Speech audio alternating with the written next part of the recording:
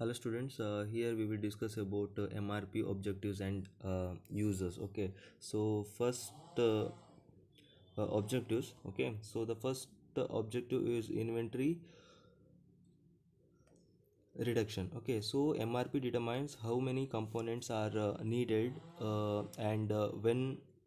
Okay, so in order to meet the master schedule, that is MRP enables the manager to procure that component as and when it is needed. Okay, so thereby avoiding the building up of excessive inventory. Okay, so this is about inventory reduction. Okay, so second one is reduction in production and delivery lead times. Okay, so MRP identifies all the materials and component quantities, timing when they are needed.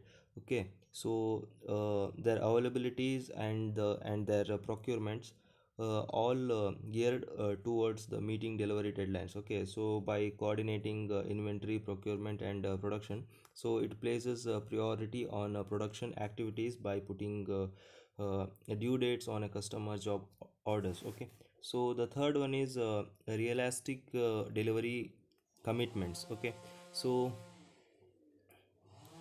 here, realistic delivery commitments can enhance the customer satisfaction by using MRP production department that can inform all the marketing department uh, about likely delivery delivery times to uh, prospective customers. Okay, so all new orders can also be incorporated without hindering the earlier commitments, so provided the existing capacity that can handle it. Okay, so the fourth one is increased efficiency. So MRP helps close coordination among the various work centers, leading to uninterrupted flow of materials uh, through the production line, and this increases the efficiency of the production system. Okay, so next we move on to the MRP underlying concepts and terminology. Okay,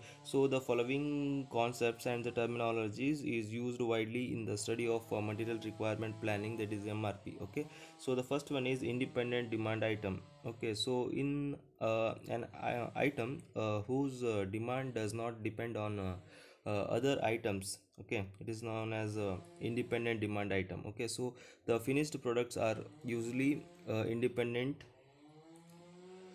demand items, and to determine the independent item, so some kind of forecasting is required. Okay, so the second one is parent and component items. The parent is a assembly made up of a basic parts or a components. Okay, so it is a part of one subgroup that may be component of a higher level uh, parent. Okay, parent. Okay, so the for next one is MRP, a technique for it's a technique for determining the quantity and timing of a dependent demand items. Okay, and the next one is time facing, scheduling to produce or receiving the appropriate quantity of material in such a way that they are available as and when needed. Okay, so during the certain time periods, neither before nor after,